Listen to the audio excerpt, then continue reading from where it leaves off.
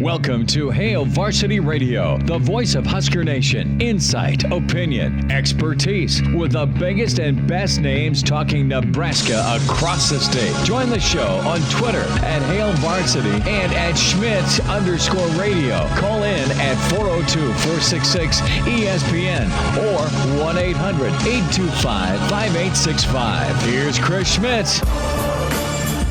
Welcome to it, Roadshow Tuesday, Real Red Tip-Off, as we are here at the Single Barrel. Chris Schmidt, Elijah Herbal, back at our ESPN Lincoln studios. Our favorite Boilermaker shot taker has just shown up as well, as it is Nebraska Creighton getting ready for an early tip-off tonight. Are you on your way down to Pinnacle Bank Arena? Swing on in, the Single Barrel.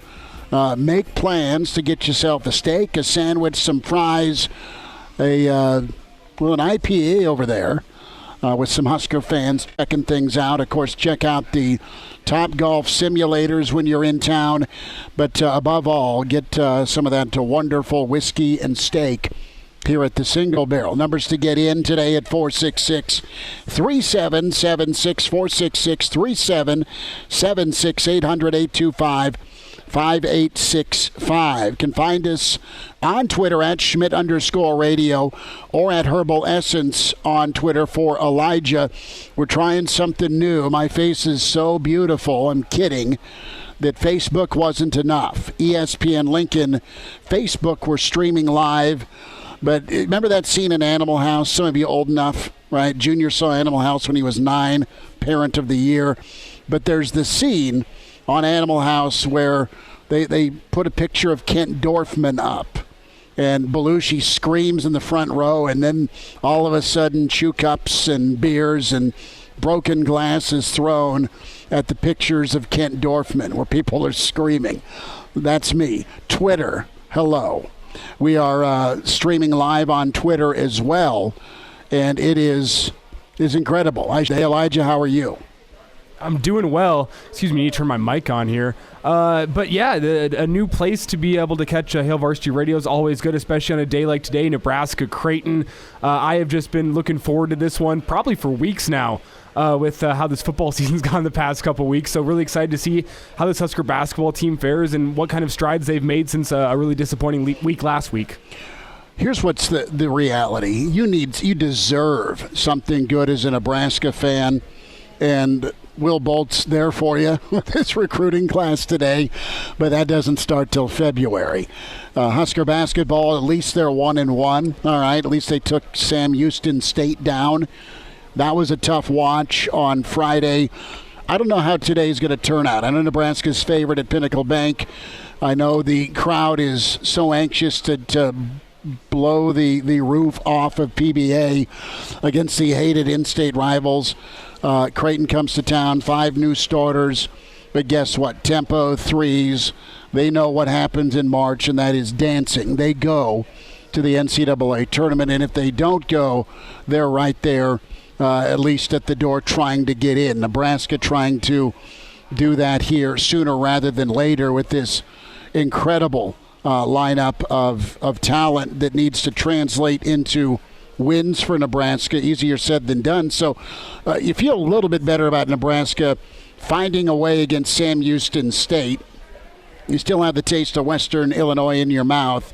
And Nebraska and Coach Hoiberg, we'll hear from Fred here in a little bit. But listen, it's going to be an electric atmosphere. You get to be back with tons of your buddies as we know what kind of a juiced atmosphere PBA brings. Can Nebraska's playmaking, can Nebraska's basketball IQ, can Nebraska's toughness really emerge against Creighton? And it's going to be about tempo. So we'll check in with Rick Pizzo, Big Ten Network, Big Ten Buffet. He is dual threading here with basketball and football on the network. Get his take on Nebraska football, on Nebraska basketball. This is still supposed to be Wisconsin week. And with the Gavitt games doing the crossover between the Big East and Big Ten Challenge, I love that. Give me about 3 weeks to play this thing, right? Don't slam in Nebraska Creighton in November. That's what we got to do. So be it. This should be a standalone anyway. It should be Nebraska-Creighton. It shouldn't be included in the GABA games. Let Nebraska play somebody else from the Big East. They've done it, be it Virginia Tech or Clemson or Miami. They don't have that. It's Creighton. That's your partner this year. So we'll see how Nebraska responds. We'll see if the shooters get going. We'll see if Nebraska gives the home crowd something to cheer about. You pray it's a tight ball game. Not that Creighton's world beaters right now. They are 2-0. We'll dive into some Nebraska-Wisconsin thoughts as Coach Chin's talked today. And in hour two, Hall of Fame coach and longtime Nebraska basketball assistant Jeff Smith going to be on site with us, get his take on the rivalry, get his take on the matchup and the keys tonight for Nebraska basketball. And then Coach Kaz also going to be with us, get his thoughts on the coaching carousel. And we might even talk some hoops with Coach Kaz because, well, Kaz could ball, being as tall and as good a footwork as he had. So maybe some stories from noon ball past with Nebraska football coaches. Elijah, you still play pickup ball. You and Willie J and some of the crew. I haven't gotten that phone call because you guys are wise. Well, yeah, we know that your playing technique is physical, foul fest. I would call it if I had to put a term on how you play basketball. But I'm not going to sit here and act like basketball was my sport by any means. I think Willie J and I and our group of friends, we all play together because we're not good. We are good when we're compared to each other. Once you get us all winded, like, okay, now we might have some competition. But yeah, no. But basketball, give me an open three and I'll knock it down. But don't make me go beat somebody off the dribble. Well, let's hear from a guy that was good off the dribble, wonderful at spotting up, Coach Hoiberg, as he had part of his presser. Yes, he had his press conference yesterday. Dan, our faithful listener, posted a pretty hilarious GIF of Grandpa Simpson walking in. It says Schmidt on Twitter. He walks in, sees Bart, turns around, and walks out. Don't let it frighten you. Bill chimes in. Two handsome guys chatting before a Husker win. Love your confidence, Bill. But find the show, stream the show, ESPN Lincoln on Twitter, ESPN Lincoln on Facebook. But here is Coach Hoiberg. As it is a rivalry, and it's time for Nebraska to get some work done in this rivalry. It's one of the great things about sports is rivalry games. You know, even though I've only been a part of this one for a couple of years, I've been a part of a great one growing up in Ames, playing against Iowa. Those were always huge games for us and huge games for them. And the state, gets really jacked up for those contests. So, it is 1 year without fans, obviously very strange, playing both games so far on the road, which we're very appreciative to Coach Mack for changing up the schedule a little bit, where we wouldn't have played in an empty arena and then go back there with fans again. So, really excited about this opportunity. We'll learn a lot about ourselves in this game. They're going to test us in a lot of ways. I've been very impressed with the young talent that they've got in their roster, and just need to go out and play with great effort for 40 minutes. We do that, and we'll have a chance. So effort, intensity, intelligence, all things that are very important tonight for Nebraska basketball. More from Hoiberg here. What's the plan, right? What is the plan tonight against Creighton? For us, we just need to go out and, first of all, be better than what we've been so far this season. We can build off some of the things that we did in the second half the other night against Sam Houston. And, when the ball moves, we're a pretty effective team. When we get dribble happy and dribble the air out of the ball, which we've had too many of those possessions so far this season, we get stagnant, we get ourselves in trouble, and we're susceptible, in transition on the other end because we don't have any movement. So, it's been a big emphasis in practice the last couple of days, and our guys have done a really good job getting in the paint, making plays as opposed to getting in there, shifting, shooting contested mid-range shots, spraying it out and getting good looks on offense. So that's been a big emphasis of what we've been trying to do. We continued to hit the glass hard. I thought we were more physical, much more physical in our second game, and we're going to have to carry that over tomorrow night to this game against Creighton. They've got some very athletic players and good length across the board. We'll hear more from Coach Hoiberg coming up here in this hour. Here at the Single Barrel Hail Varsity Roadshow, Real Red tip-off ahead of Nebraska Creighton. On your way down, get a cold one, get a sandwich, or go big on a Tuesday because you deserve it. It's 70 degrees. Get yourself a steak here at the Single Barrel. Also, programming note, we're here Wednesday before Thanksgiving. You want to ditch your in-laws? They're invading your home? I'm right here for you. Get over here to the Single Barrel. Steve weighs in. Go Big Red. Beat Creighton. Hashtag Nebrasketball. And faithful assistant of Danny Nee, of course, Jeff Smith will be with us here in less than 1 hour. So here's what I do know. 25 turnovers last year against Creighton for Nebraska basketball. Creighton at 1 point up by 38 points. In 2019, that was a beauty. Creighton led at 1 point, 40-9. They blocked an extra point. It's going to be about transition. Nebraska and Coach Hoiberg 0-2. Listen, I don't know if Nebraska wins tonight, but you need something good if you're a Nebraska sports fan. Saturday doesn't look great. Let's see if Fred and the crew can do it. You know, if we break this down real simply, Elijah, transition's key. Creighton's going to get up and down. They're good about averaging 80. I know they not long ago shot 8 of 44 from three-point land, so they're a far cry from vintage Creighton, but they could round into that easily. And Fred's really hit on this, keeping it simple. I think that's what's frustrated and maybe pumped the brakes or dampened Nebraska basketball fans, because you've had an unbelievable amount of hype with this team, with Bryce McGowan's. You've got Kisei, the sharpshooter. Of course, you've got Wiltshire that's there, and then you've got some guys that are back. Trey for sure, Eduardo Andre Breidenbach. I mean, he's a new name, obviously, but Lat has been dinged. You haven't seen Kobe yet. So there are some pieces that are back, and you're looking for a year 3 jump. But the biggest problem with Nebraska right now is keeping it simple. And we'll hear from Fred in a little bit on Verge. But here's a thing I don't get. And I mean, yes, bring talent in, but you're asking Verge to come in. And Verge has always been kind of an off-ball scorer. He's a guy that was Mr. Microwave. He'd go get you double digits in the blink of an eye, and he'd do it via volume, or he'd be pretty efficient. I mean, he'd catch fire. He could go off and carry you. But now you're asking him to play point, and he totally can do it, and he's got the handles to do it, and he's got the first step to do it. But Nebraska's had a real problem finishing at the rim through two games, at least to start the game. They were better in Game 2 against Sam Houston State. But in Game 1, Nebraska's offense with Fred is beautiful. You finish at the rim or you kick out, catch, fire, 3, there you go. But Nebraska's not been great at finishing at the rim, and I'm interested to see, what tweaks. And Verge will be the straw that stirs your drink tonight. Can he just do the simple? And the question to me is, how does this Husker basketball team handle the pressure? Because we saw how they played whenever there was no pressure on against Colorado. Whenever, if you lose this game, it's okay. It doesn't affect our record. It's a learning opportunity.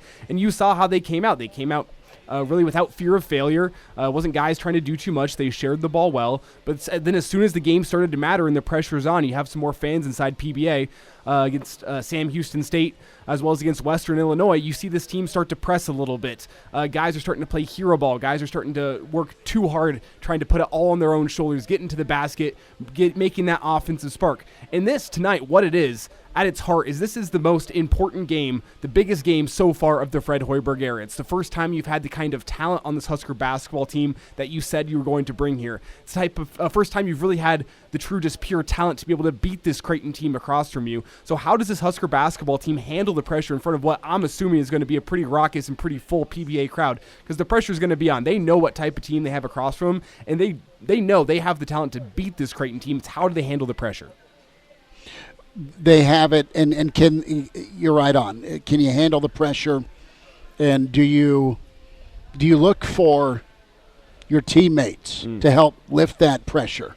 Or is it going to be John Wayne time? It's all about me, and I've got some scouts in the building, and, man, I got to show out. And that's the wall that Hoiberg's got to knock down in this early season. And you've got guys that are mature, and a guy like Trey McGowan's. He can talk to his teammates. He can talk to his brother. And honestly, I don't worry about a guy like Bryce. I don't. I mean, Bryce was only took 13 shots to get you 29, 27 points. Those are two incredible outings. One was a volume effort. Another was an efficient effort.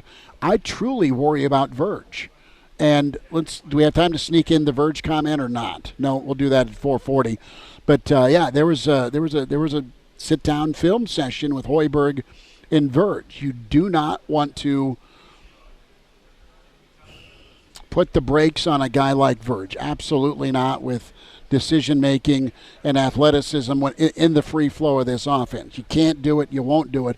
But he needs to be more worldly with how he's distributing. Yeah, it comes down to guys being able to know their roles, learn their roles, and then be able to go out and execute their roles on a night-in, night-out basis. That's what this team is got to learn right now, is what are the roles and how do I go out and execute those roles. And that was the second thing Fred said this season in the preseason presser. Role acceptance. Come on down to the Single Barrel.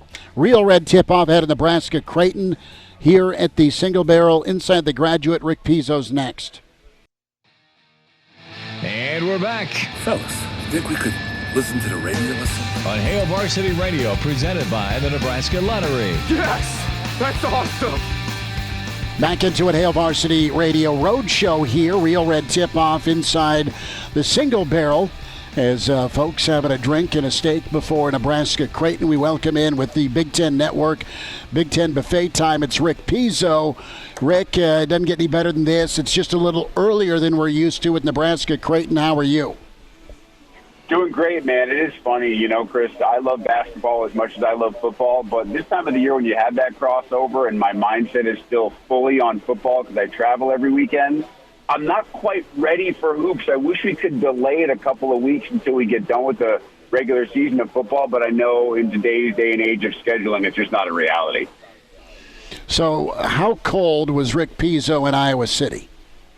It wasn't that bad, Schmitty, honestly. Like, the first half was fine because the sun, what there was of it, was still out a little bit. Second half, the wind started gusting a little. The problem becomes when you're on the field for 4.5 hours, and there's no sun to warm up that field turf. The field turf gets really cold, and you can start to feel that chill go from your feet to your legs and through your body. So I got to tell you, by the time I was doing post-game interviews, if Kirk Ferentz isn't wearing a hat and gloves, I can't have one on either. So you got to roll with what gets you there. Well, I'll say this.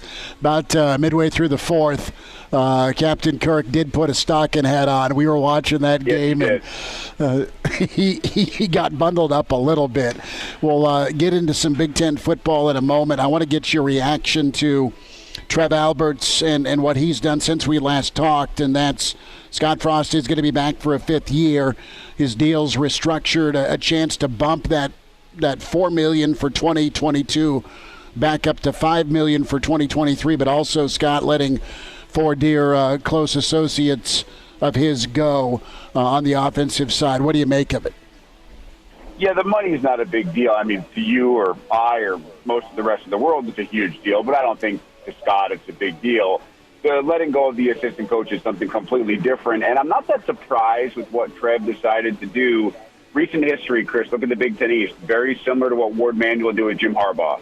Pay cut, more incentive-based. Now, those changes came more on the defensive side than the offensive side, but similar situations worked out very well for Michigan this year. Obviously, still have a huge game coming up next Saturday against Ohio State to prove if maybe the changes got them over that hump.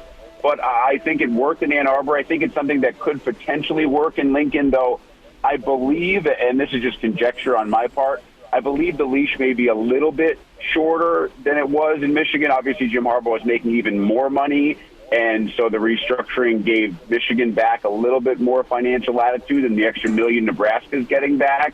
But I also think Michigan had been close, right? They had won 8-9 games. Now, it's not necessarily a fair comparison because the cupboard wasn't nearly as empty when Jim Harbaugh took over as it was when Scott Frost took over. But I do think that probably even more so than what we heard in Ann Arbor, this is a one-year show-me-what-you-got kind of arrangement. It is, and you have that October 1st date that was released Friday where you've got about 6 games to see where the direction of the program is going for 2022. You know, Rick, it's Wisconsin week. This is supposed to be a big game. The line isn't that brutal from Vegas, that is. We'll see where Nebraska's offensive line is at against the Wisconsin front seven. But to shift gears to Madtown on Saturday, you know, what do you think of this Wisconsin kind of resurrection, so to speak, after their 1-3 start? Conversely, you know, what do you take away from Nebraska here, coming off a bye week, hanging in with Ohio State? What do you see with this matchup? Yeah, well, I've seen Wisconsin a couple of times in person this year, and I saw them after the really tough start. I saw them when they started to trend in the right direction. Braylon Allen has come on, and he's an absolute beast. I got to tell you, Chris, he's 17, won't turn 18 until January. There are very few 17-year-old young men that are built like that. He is just an absolute horse. And behind that offensive line that is now healthy again, he gives you that run threat of going the distance, and not just that, but beating you up. I mean, he's the one delivering blows, and that softens everything up for Graham Mertz, who's looked so much better over the last month. But in this game, and you brought up Wisconsin's defense, can you find any holes there? I talked to Greg Schiano about it. He said, listen, we sat down as a staff before the Rutgers-Wisconsin game. He said, we kept looking for holes and how can we exploit? And there were no holes to exploit. I mean, they have a 260-pound linebacker in Leo Chenal who runs like a fast safety and can fill gaps. Jack Sanborn, their entire back seven is ridiculous. Maybe their defensive line isn't quite as elite as it was in the J.J. Watt days, but they're hole stuffers. They're so big and physical. This, to me, is the biggest test of the year for Nebraska's offensive line, and I think you actually cannot try to run the ball to set up the pass. I think you have to be able to throw the ball a little bit to try to soften things up a little bit to open it up for the run, because if you do it the other way, they're just going to chew you up and spit you out defensively. Rick, I look at a couple of past meetings with Nebraska, Wisconsin, and they were, 13, 17 point type differences, but Adrian's first game in Madison, 400-plus yards total offense, really good ball game for him. It was the defense that got wore out by the Wisconsin run game. 2019, you had Cruikshank before he went to Rutgers, a couple of big returns. But Mills went off for almost a 200-yard rushing day against Wisconsin. So this Frost scheme seems to give problems. And we know Adrian's been up and down. He seems to be healthier after another bye week. Could Nebraska, again, give Wisconsin some fits with just some ad-lib here by Adrian? Yeah, I think that is the one thing when you have a fast, aggressive defense that loves to get after the quarterback, then the middle can be softened up if you have a quarterback who can run. Now, saying that, Jim Leonard is not one of the hottest coaching prospects in the country because he doesn't figure things out. I mean, he figures it out, and he figures it out quickly. I do think that Jim Leonard knows going into this game that Scott Frost is well aware that Adrian Martinez's running ability, especially on broken plays and maybe on some design quarterback runs, gives Nebraska its best chance to have success offensively. The trouble is, though, that you also have linebackers and safeties on that Wisconsin defense that know that, are fast enough, not as fast as Adrian, but fast enough that they can play that spy role and let other guys do the work if, in fact, that's what Nebraska decides to do offensively. Yes, Nebraska has had some success. I think this Wisconsin defense, the way this Wisconsin defense is playing right now, is arguably as well as any defense that we've seen play football in the Big Ten, maybe since the start of the Big Ten Network era 15 years ago. That's impressive, and that says a lot from you, who've seen about every defense, and I wouldn't disagree with you. They are that great a unit. They have stars, not in the Watt type frame, but they've got that linebacking core in the secondary you touched on. So Nebraska defensively, your hope here, Rick, is to slow down Allen and I guess make the Wisconsin passing game beat you. Is that the game plan if you're Coach Chins? No doubt about it. Listen, I mentioned that Graham Mertz has been better. He's been much better, but you cannot let Wisconsin beat you with its strength. And its strength right now is Braylon Allen and that offensive line controlling the clock, wearing you down, beating you into submission. You can't let him do that. Now, if Graham Mertz goes nuts and makes great throws to his receivers, and, I think Jim Ray DK is a guy who's come on as of late. He's been really good, and obviously they have a terrific tight end in Jake Ferguson and other wide receiver options. But if those guys beat you, then they beat you. And you tip your cap and you say, congratulations, Graham Mertz. We were going to stop the run, and, that's what we sold out to do. You do it the other way, you're in a ton of trouble. I just think you have to make sure that you don't get beaten by allowing the other team to impose its will and utilize its strength. Yes, if you're Eric Shenander to me, you make sure that you do everything possible to limit what Braylon Allen that run game does, and you take your chances on the outside and with the pass game. Rick Pizzo's with us, Big Ten Buffet, Hail Varsity Radio here at the Single Barrel inside the Graduate Haymarket, buzzing Nebraska and Creighton here in a little bit from PBA. Rick, I want to go to two names that are well known in Big Ten circles. We mentioned a little bit ago Nebraska's openings. What's been your impression of Ed Warner? He was at Ohio State in 2014, has been at Michigan. Pretty well-respected offensive line guy, was part of Mangino's crew also down at KU, and they were going 12-1. And then Kirk Ciarrocca, an offensive coordinator that didn't last with James Franklin, but man, was he good with Fleck. Are those two names that would make sense to target if you're Nebraska, if you're Scott looking to kind of keep the spread thing going but add a little more power? It's interesting because I think Ed Warner is a guy that would fit pretty much everywhere. I mean, his knowledge is so deep on the O-line. Obviously, has ties inside the league. So if recruiting is part of that job description, which it pretty much always is these days with coaching, you have that checked off as well. Now, remember, he tried his hand as an OC at Ohio State for a little while, too, and that didn't work out nearly as well because I think he is specifically a position coach. Mm-hmm. So if his focus is just on that offensive line, I think he works pretty much everywhere. Now, Kirk Ciarrocca is an interesting guy because back in those days when he was at Minnesota and having success, remember, Minnesota had Tyler Johnson and Rashad Bateman, and they were kind of throwing the ball all over the yard. They had a couple of good backs, and Rodney Smith and Shannon Brooks, backs that they could also utilize in the pass game. Now, Minnesota has transitioned into a run-first offense, and I think Kirk saw that and said, well, let me try something new, and he got a great offer and a nice bump and a big raise from James Franklin, and that didn't work. I just don't think the chemistry was there, so you wonder what kind of offense he best fits in, and if it is, in fact, those couple of years when Minnesota was moving the ball down the field, then he would be a fit, but I think so much of it is chemistry. I don't know Kirk's personality well enough to know whether he would fit and jive with Scott and the other assistants he's bringing in, but obviously the two names that you mentioned, guys who have had not just experience inside the Big Ten, but significant success inside the Big Ten. Do you worry about whoever that OC is jibing with Scott? And it'd be hard, wouldn't it, Rick, to just hand it over? And I don't know that Scott will totally do that, but it's his goal is to be more CEO-ish.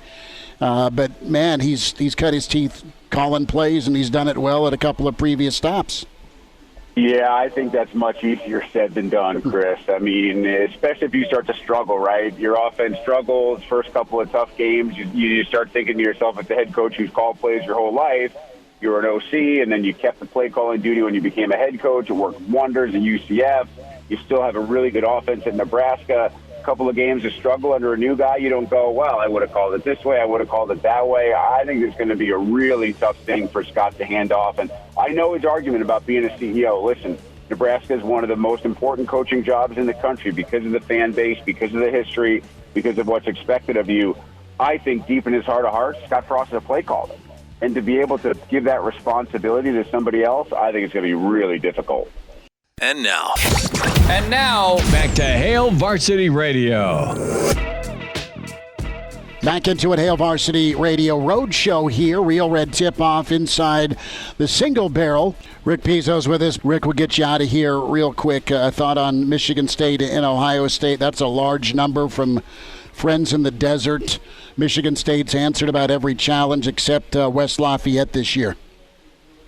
They have, but that defense has been penetrable at times. And if anybody can penetrate defenses, it's Ohio State. I mean, their offense right now is clicking at an unbelievable rate. Everybody wants to talk about Garrett Wilson and Chris Olave. What about Jackson Smith-Njigba, who the last 3 weeks has been maybe the best receiver in the country, not just on the Ohio State team? And, of course, Travion Henderson is ridiculous in his yards per carry. C.J. Stroud, if you're telling me C.J. Stroud's not in the Heisman race right now, then you're not watching college football. So I have a ton of respect for what Mel Tucker and this Spartan program has done this year.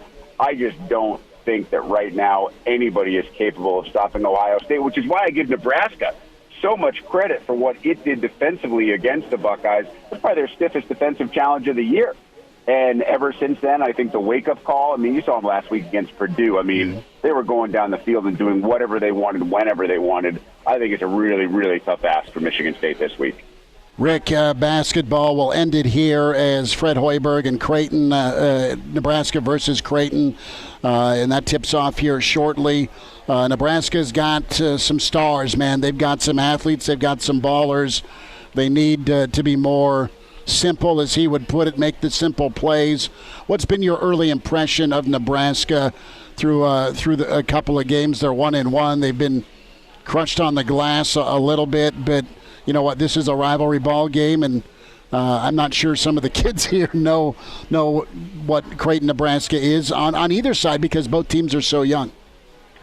Yeah, it's a rivalry, but I'm with you. I don't necessarily know that either of these teams have guys who think to themselves, well, here's our in-state rival. This is a game that we have circled on our schedule. I think it's a really important game for Nebraska because of that start. You know, I was in studio, unfortunately, for that season opener, and simple is the word. You can go off and have your young guys score 25-30, but if you give the ball away, if you make mistakes at critical times, if you make bad decisions, you're not going to win basketball games against good teams. The Creighton's a good team. I mean, the best team, obviously, quality team that Nebraska has seen in 3 games this year. So, yeah, a win would be nice. A win would obviously be something huge to build on, but I think Fred Hoiberg is absolutely right. He needs to see his team make the simple, smart, fundamental plays to give them that base and a little bit of foundation as you start to get into the rest of your non-conference and, of course, in Big Ten play. Rick Pizzo, Big Ten Network, Big Ten Buffet. Rick, be good. We'll check in soon. Thanks for a few minutes. Thanks, guys. Take care. Have a great week. Enjoy the game tonight. Good to hear from Rick Pizzo, Big Ten Buffet. Thoughts on Nebraska, Creighton specifically. Let's talk and hear from Fred Hoiberg about Nebraska understanding the kids on the current roster and team getting what this rivalry is all about. Our guys understand. They understand the importance of what this game means. We have talked about it to them. You know, the one thing about these games, sometimes you go out there, you're almost too hyped up, and just thinking back on experience from playing in those games and coaching in those games, you almost get a little too hyped up. So, you know, for us, it's about going out there and doing the things that have made us a good team this year and limiting the things that have caused us to struggle. And that's what it's all about. But absolutely, we have talked to our team about the importance of what this game means, you know, especially to our fans.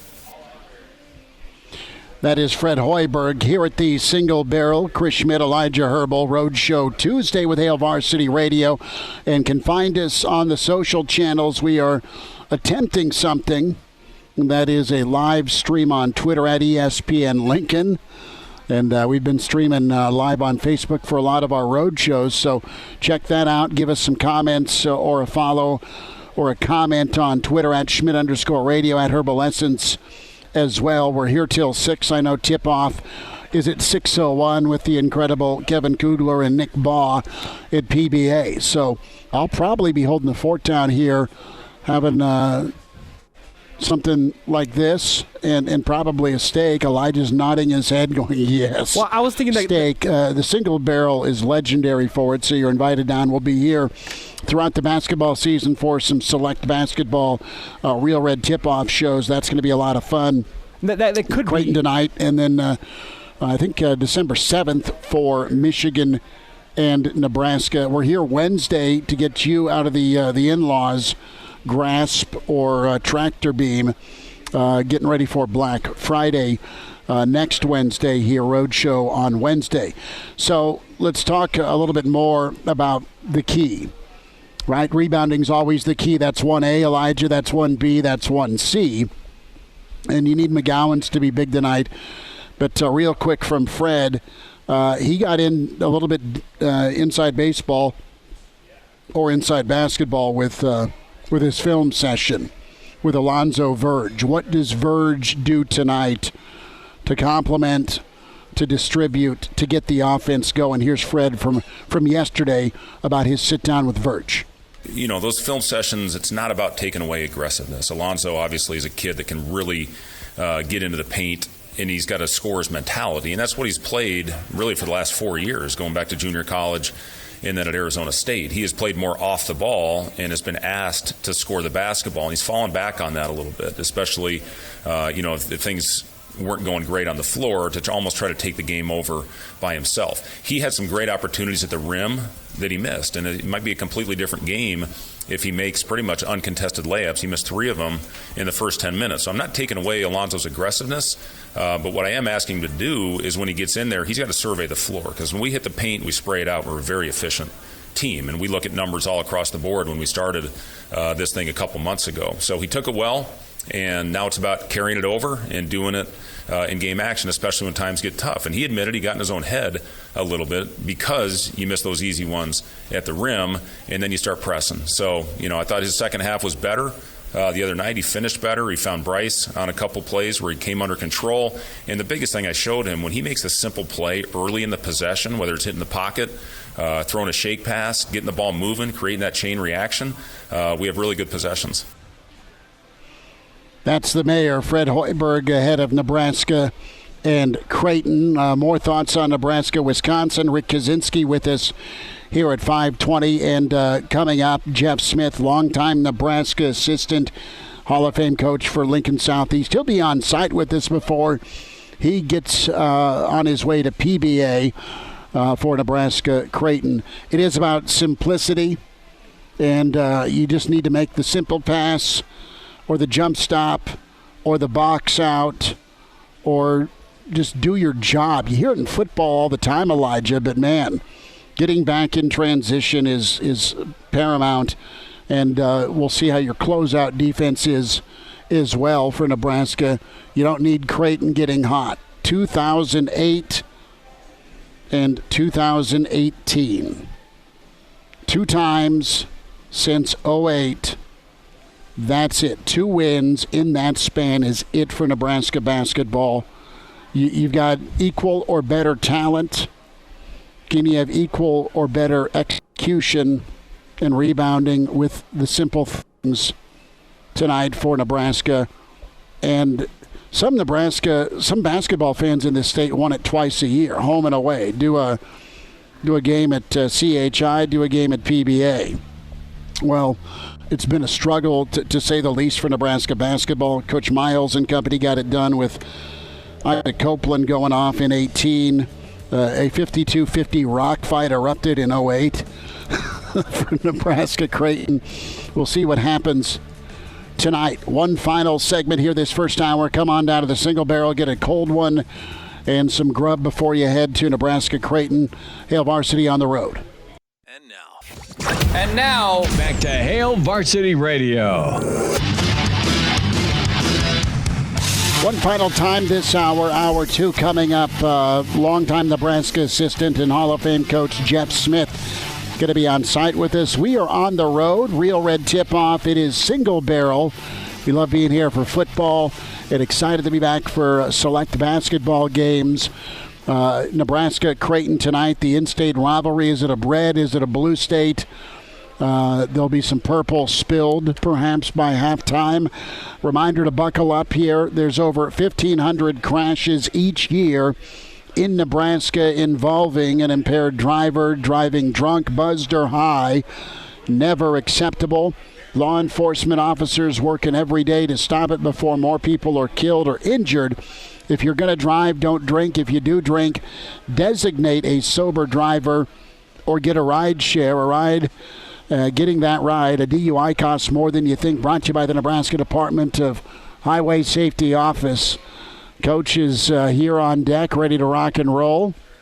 We'll get Coach Smith's take on Nebraska and Creighton here in hour 2. Brennan chimes in on Facebook and says, I dig this. So, yeah, you can screen. Again, it's the Animal House reaction. When they're accepting new pledges and someone's picture goes up on the screen, there's absolute screams here. Oh, my goodness. Yeah. Elijah, you're fine. You're still young. You're vibrant. There's no gray. I got to wear a hat here. But if you're thinking about taking the office out for the holidays, the Single Barrel will feed them appropriately. But then you can always get into the dreaded golf. It's awesome. It's great. It's the top golf simulators. They've got other sports, too. They have other sports, a little football, little. It's the mother of all Wii setups, right? Did you have a Wii as a kid, Elijah? Did you have a Wii? I always wanted a Wii, but my parents never got me one because I already had the PS3 going, and then eventually the PS4, and they said no Wii for you. You've already got your gaming console, and it was fair. Okay, it was fair. Carson was 4 years old, and I bet him like $5 that he couldn't beat me in Wii tennis. He smoked me. And then I paid him in pennies. It's all good. It's all good. Excited to. I was always jealous of all my friends that had the Wii because it was always so much fun to go over there and play. And then the PlayStation got like their stupid Wii knockoff version that I got, and it was not worth it. So okay, we still have the Wii buried in one of her drawers. Of I don't know, you'll lose an arm going in there. There's DVDs, there's box sets of Will and Grace. There's the Wii, and it's inside the entertainment center that no one uses anymore because everything's mounted. We've gotten off on the yellow brick road here, but book some reservations here at the Single Barrel for that holiday party. It is going to be an incredible time with the Top Golf simulators here. Nebraska, Creighton. The rivalry, 2 wins since 2008 for Nebraska. Let's see if the mayor and company get it done. Talent level, even or better for Nebraska. What shakes out for the Big Red? And that tips off here shortly at 6. Future thoughts for you. You're coming down for Nebraska basketball, the Single Barrel, where we're at here inside the Graduate. Amazing steaks, beers, and Hall of Fame coach is on deck with Southeast and Nebraska basketball. Jeff Smith will be with us. Hour 2 coming up with Hail Varsity here at the Single Barrel. We're presented by the Nebraska Lottery. Welcome to Hail Varsity Radio, the voice of Husker Nation. Insight, opinion, expertise, with the biggest and best names talking Nebraska across the state. Join the show on Twitter at Hail Varsity and at Schmitz_radio. Call in at 402-466-ESPN or 1-800-825-5865. Here's Chris Schmitz. Welcome to it. It's hour 2. It's Varsity Radio, presented by the Nebraska Lottery. Chris Schmidt, Elijah Herbel. And it's awesome to see the Sunday family down here, the biggest Atlanta Braves fans I know. Dick Sunday has a Francisco Cabrera jersey on from back in the day. And, yes, it's awesome to see some Husker fans down here, which is pretty good. We are here with the Hall of Fame coach and longtime Nebraska assistant, partner in crime on basketball. Jeff Smith is with us. Coach, you've got your red on. You love Nebraska basketball. You were so awesome as an assistant at Nebraska with Coach Nee and the crew. And now here comes Creighton, man. How are you? I'm great. How are you doing tonight? I'm not doing as well as you because you got some golf in today too, didn't you? Yeah, I snuck a little par 3 in today. Did you? Yeah. It was beautiful out. But I'll play down to 45 degrees, so I'll get a few more in. If there's no wind, I'll do that too. Yeah. It's just finding people to. It's not about the weather. It's really honestly finding people to go with me. I got my buddy Iowa Russ, and he's about it. Give me a call. That'll be good. Hey, no, but this is exciting. This rivalry is fantastic. Like I said this morning, I wish we played twice, a year like we home did. And a home. It'd be nice if they'd talk about it again, though. But I do bleed Nebraska. being on staff there. But I do respect Creighton and especially Coach McDermott. When I was coaching the 20 years at Southeast, we would go to practice every year, once or twice, to Nebraska, to Wesleyan if we could, to Creighton, and they were so hospitable. They would share their system with us. They play a lot like Nebraska as far as pace. One of the things that hit me the first time I went to his practice, all their players came over and shook my hand and said hello and introduced themselves, and I was just, and one of those was Doug McDermott, 1 year too, and I was impressed with that. Three, right? Yeah, that's a lasting memory. He even emailed me one time and said, "What'd you see? Tell me what we could do better." And he is an excellent coach. The Big East has been great for them. They've been great in the Big East, I fully respect them. But I hope we hammer him tonight. Respect, but still bleeding red. Jeff Smith with us here on Hail Varsity Radio. We're at the Single Barrel, going to be our home this season for Select Nebraska Real Red tip-off shows. That's what we're in a part of right now. Steaks, beers, whiskey, 250 to choose from. So when you're coming down for a Nebraska basketball game that's not at 6 or at 6, you still got time to squeeze in a Guinness. Get on down here to the Single Barrel. It's incredible. Heath and the crew are just the best. We love being here for football. We're excited to be here for basketball. Coach Smith, let's get into the nuts and bolts of tonight. And Elijah and I have chatted quite a bit about just the opportunity here. 08, the last time Nebraska, and then, of course, back in 18 twice. Since 2008, that's it. That's your 2 wins against Creighton. From a talent level standpoint, you've seen firsthand what talent can do on the court, and Nebraska has that. Nebraska has some young, they have some old, they have some roles, and they have some transfers. That's been kind of Fred's formula. Love his offense. His kids are working on being better at executing it. What's your anticipation tonight with Nebraska and doing what he asked through the media, and that's being simple? I see them listening. I think that in a big game like this, they've got to trust Coach Hoiberg. They've got to trust that he's been in these situations as a player and a coach, NBA stage. They've got to trust that he's telling them and giving them a winning formula. I think Creighton knows that winning formula, but Creighton has a lot of new guys that haven't been in this situation.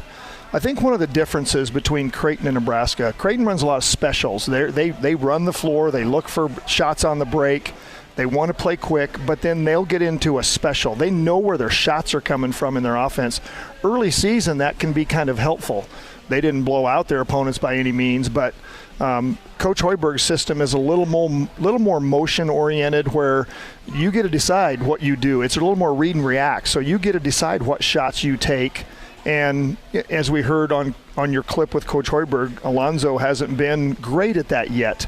I always coach point guards that you've got to be willing to give the ball up and then get it back sometimes to score. You can't always be the initial shot in the offense, and I thought Alonzo got caught up in trying to score early in their offense a lot, and then other guys are kind of getting frustrated. And if Tominaga's as good a shooter as Coach Hoiberg says, you've got to get him more than 2 looks a game.